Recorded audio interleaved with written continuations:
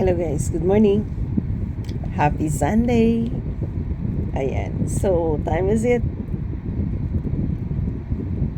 Anong oras na ba? Wait.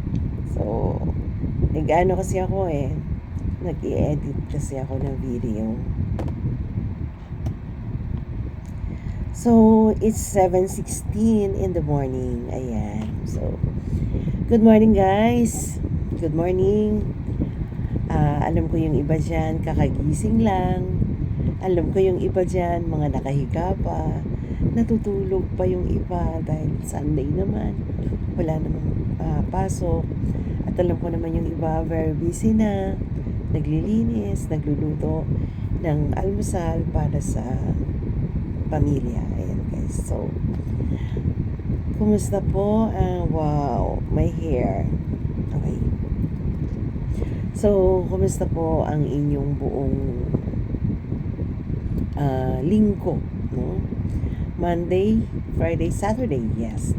So, kumusta po? I hope na nagiging maayos po, no po? So, guys, ano nga bang pag-uusapan natin ngayon? Ano pang gusto kong i-tackle, okay? Siguro dahil sa napapanahon ang eleksyon. So, gusto ko lang naman mag-share ng aking, kumbaga, side ko, opinion. Okay? Okay lang ba? Ayan. So, sa akin lang para sa mga mamamayan na undecided. At yung iba naman, decided na. Yung iba naman, undecided pa. Di ba? Dalawa lang yun Undecided and decided. Okay? Yung mga decided, ito ang kaibahan nun. Ang mga decided, hindi pa eleksyon. Alam niya kung sino na kanyang gusto. Ito yung mga klase ng tao na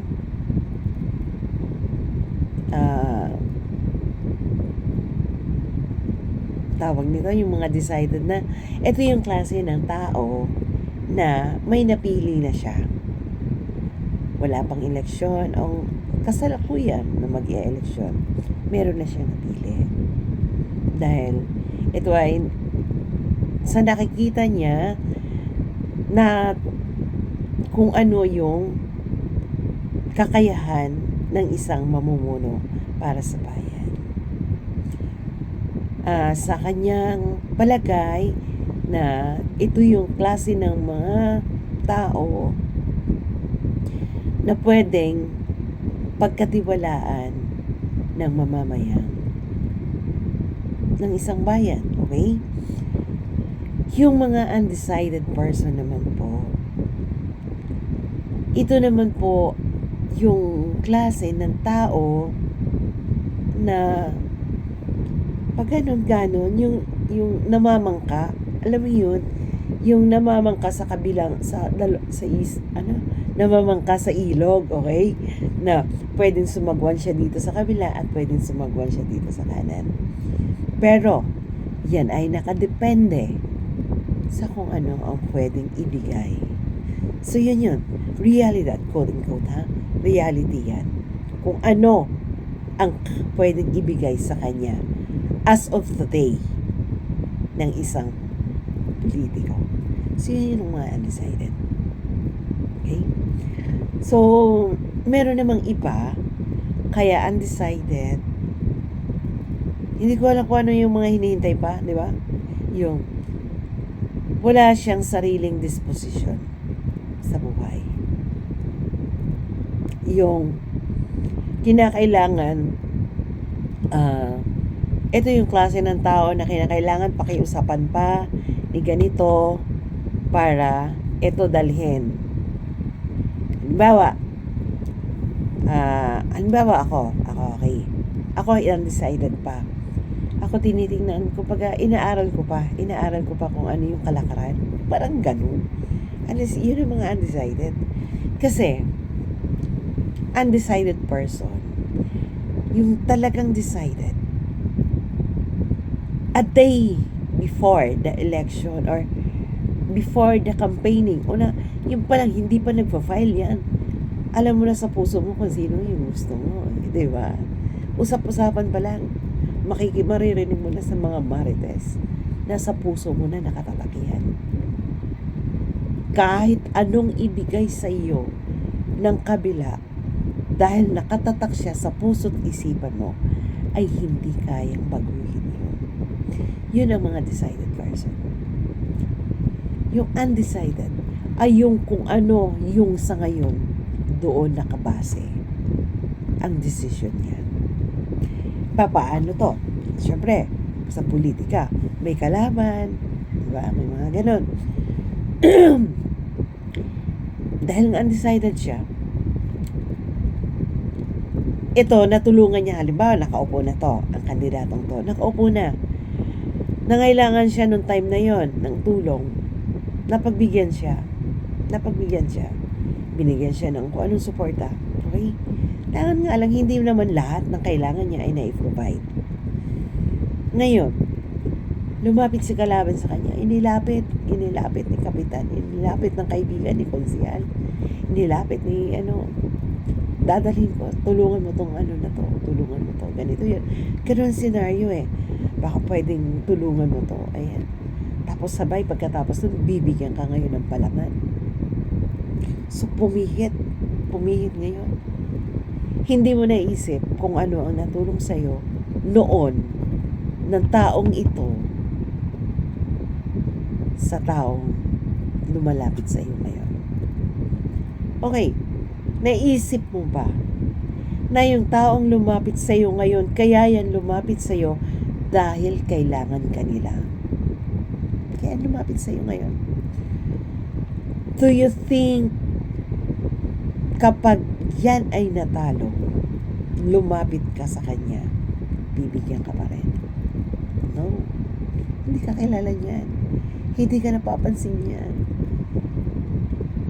Do you think ngayon nakakausap mo siya directly by phone? Binigay ang contact number niya. Ngayon, nakakausap mo siya directly. Do you think pag yan ang nakaupo, sasagutin ka pa niya? No. Yun ang totoo. Yan ang totoo sa politika. Sa ngayon, dahil sila ang nangangailangan, kailangan nila ang taong bayan, lumalapit siya. Makikiusap yan. Yayakapin ka yan. Kulang na lang ay halikan ka yan. Diba? So, pero yung tao talaga na alam mo,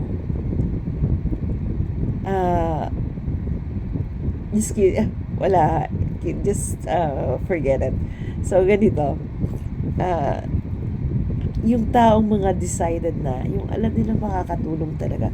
Hindi lamang dahil sa kilala ka nila, hindi lamang dahil sa loan ka, naglilingkod sa kanila. No, hindi yun. Ang pinag-uusapan dito ay kung ano yung magagawa nila para sa bayan. Hindi ang magagawa nila para sa iyo. Okay? Huwag mong isipin yung magagawa nila para sa iyo. Para sa kalahatan. Yun ang dapat mong tingnan. Wala akong kinakampanya kung sino man. Wala akong babanggitin kung sino man sa mga politiko. Yun lang ay naman, share ko lang ang opinion ko. Kaya sa mga taong, pero alam nyo, mayroon taong naglilingkod na dito. Totoo yan ha. May mga taong dito na nagtatrabaho. Yung wala silang utang na loob. Alam mo yun? Wala silang yung okay, sasabihin ko na ito. Dito ko na nagtatrabaho, okay, let's say, sa City Hall. Okay, nagtatrabaho ko na sa City Hall. Naisip mo ba kung sinong pumipirma ng iyong kontrata? Tapos ngayon sasabihin mo, ayaw ko dyan. Ayaw ko sa kanya. Gusto ko yung isa. Yung ganun. So, hindi natin masisisi yun. Kung yun ang gusto niya. Kasi baka mas malaki ang bigay nun. Hindi. Ang sa akin lang sana, bigyan natin ng nahiya naman tayo. Okay? Nahiya tayo. Kung tayo nandito ngayon, kung bakit tayo nandyan sa posisyon na yan, ibalik natin sa kanya. Dahil 3 taon mo nang pinakinabangan niya, di ba? Dahil din sa kanya, although maybe he's not your directly boss, naglilingkod ka sa ibang departamento, ibigay natin sa kanya. Natural kasi noon, kung naging part siya sa iyo, malaking tulong siya sa iyo. Hindi naman ibig sabihin na dahil sa naglilingkod ka dito sa kanya ngayon ay sisiraan mo siya dahil hindi na ibigay ang gusto mo, dahil may gusto kang posisyon na gusto mo mas mataas pa at hindi agad binigay sa iyo. Huwag naman ganun. Huwag naman ganun. Sana isipin mo rin yung kung ano ang nagawa sa iyo ngayon at paano pa ang magagawa niya sa iyo sa susunod. Ngayon, kung talagang ayaw mo talaga sa kanya, ayaw mo talaga sa kanya, at yung gusto mo ay yun sa kabila o sa iba, okay? Huwag ka na lang umimik. Huwag mo na siraan. Huwag ka na manira. Di ba? Huwag ka na lang umimik. Gusto mo ay ibang napupusuan mo, huwag ka na lang umimik. Kasi ito bang tao na sinisiraan mo, nakasalukuyan nandyan ka sa posisyon na yan, ay walang nagawa para sa'yo. Alam mo, niisip mo ba yung isang perma niyan para ikaw manatili dyan, ay hindi yan naging mabuti para sa'yo. Kaya kung ayaw mo dyan sa pumirma na yan, kung ano mang kinalalagyan mo, huwag ka na lang magsalita. Madali naman kung gustuhin mo di ba? Iboto mo siya. Huwag mo na siya, kung ayaw mo ikampanya, ganun, iboto mo siya bilang pagtanaw ng utang na loob. Di ba? Ganun lang yun. Kaysa sa nakaposisyon ka dyan, nakaupo ka dyan, naka-aircon ka dyan maghapon. Tapos sasabihin mo, ayaw ko dyan. Gusto ko doon kasi ganito, ganun. No. Nakakahiya.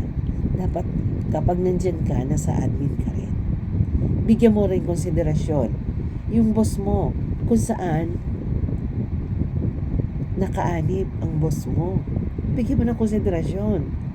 Di ba? Mahiya ka ng konti. Yun lang naman yung akin. Yung magkaroon ng konting hiya. Di ba? Hindi hamot itong boss mo ang nag-endorse sa'yo, ay pwede mo nang samantalahin. Sasabihin mo, ay hindi naman nagkakakialam si ano niyan. Yung boss ko, hindi naman nakikialam yung boss ko sa ganyan. No. Kahit hindi yan directly magsalita sa iyo, napakiusapan ka, hindi yan directly nagsasalita at makikiusap sa iyo, alam mo na kung anong responsibility mo bilang isang empleyado. Dahil ang pinakahuli at ang final niyan ay yung nasa itaas pa rin. Alam mo kung kanino ka. Kung kanino at sino ang pumipirma niyan. Yun lang naman sa akin. No? Kung ayaw mo sa kanya, tumahimik ka na lang. Hindi mo na kailangan ipaglantakan. at mag-expect ka pa ng mas mataas pang posisyon, ayun siguro tataas ang posisyon mo kapag nanalo yung gusto mo. Baka sakali, baka ikaw ng tagapagmana. Ako, joke lang. Hindi. Yun lang. Share ko lang yung akin, no? Sige. So, balik tayo doon sa undecided. Yung undecided kasi ng mga botante, siguro yung mga wala pang tao nakapagpaliwanag o gusto nila magkaroon ng clarification doon sa mga plataforma ng mga kandidato dahil una, baka hindi pa nila kilala, bago lang sila dito, hindi nila kilala at hindi sila aware sa personalidad ng isang kandidato, kaya hindi pa sila nakakapag-desisyon kung sino ang kanilang dadalhin. At syempre, nakadepende rin po sa mga taong nakapaligid doon sa isang kandidato na lumalapit sa kanila. Doon din po sila nakadepende sa mga credibility ng mga lumalapit sa kanila at umuusap para sa kandidato yun. So, yun ang mga wise na tao. No? So, ayun guys. Kasi, alam niyo po, pwede kasing pumihit eh. Pwede pumihit, alam mo ba yun? Yung mga ganon. Napihit yung mga taong undecided. Hindi mo kayang panghawakan ng mga utak ng mga yan. Oo, ang ano dyan ay kung ano yung kanilang yung mahihita. Alam mo yung salitang ano ba yun? Salitang Batangas, no? Mahihita. Yung mapapala. Yun, sa Tagalog. Simpleng salita. Kung anong mapapala nila sa iyo, sa kandidato sa ngayon. Ganun lang. Kasi, ang katwiran nga naman din nila, ngayon lang namin yung mapapakinabangan yung mga kandidatong yan. Sabi ganun. Kaya, basta kung ano yung maibigay, kung sino yung may pinakamalaking maibigay, ay doon kami. So, yan ang dapat iwasan natin. Kasi mas lalong hindi nagiging progresibo ang isang bayan kung ganun ang mentality ng isang tao para sa kandidato. Mas lalong lalawak ang korupsyon kung nakadepende tayo lagi sa kung ano ang maibibigay nito ngayon. Kasi papawi yan eh. Alam niyo ba yun, yung bawi? Laban bawi lang yan. So, kaya, guys, sa totoo lang, hindi hamot nandito ako ngayon. Hindi hamot ako'y nagtatrabaho.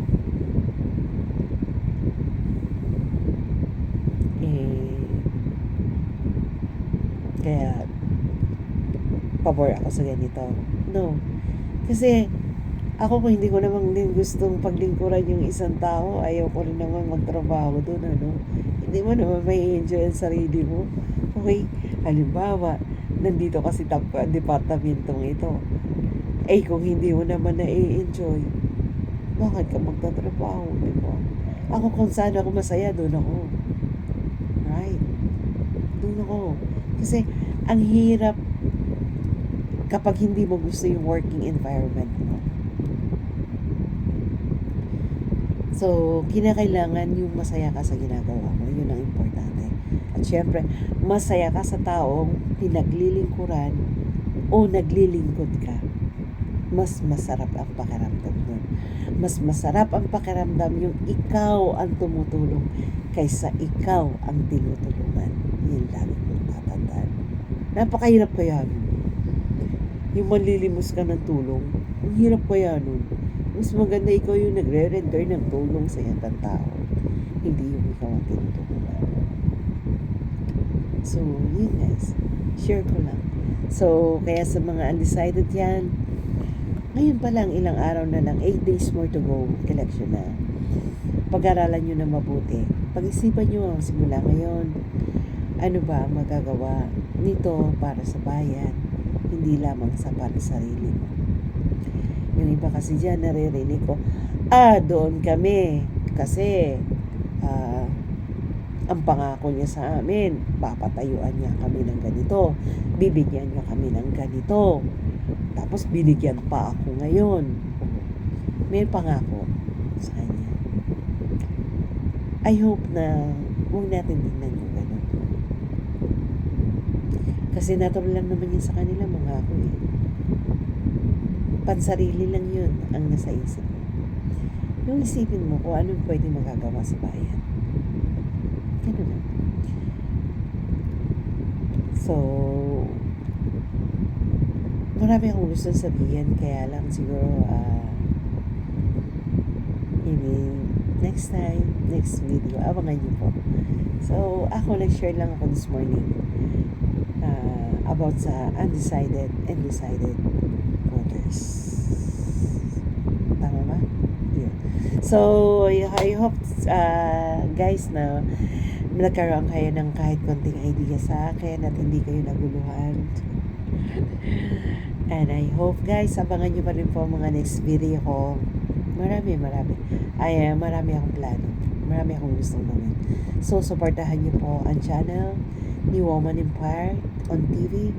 At sana sa mga bago makakapanood, huwag nyo naman pong kalimutan i-hit ang notification bell. Subscribe nyo po. I-share nyo po kapag nagustuhan nyo yung video. At hit nyo po yung notification bell para maging updated po kayo. Lahat ng mga videos na i-upload ni Woman Empire ay mapapanood. Hope to see you guys. Good luck po. Good luck sa darating na election. Mag-decide na kayo. Bye. Thank you for watching.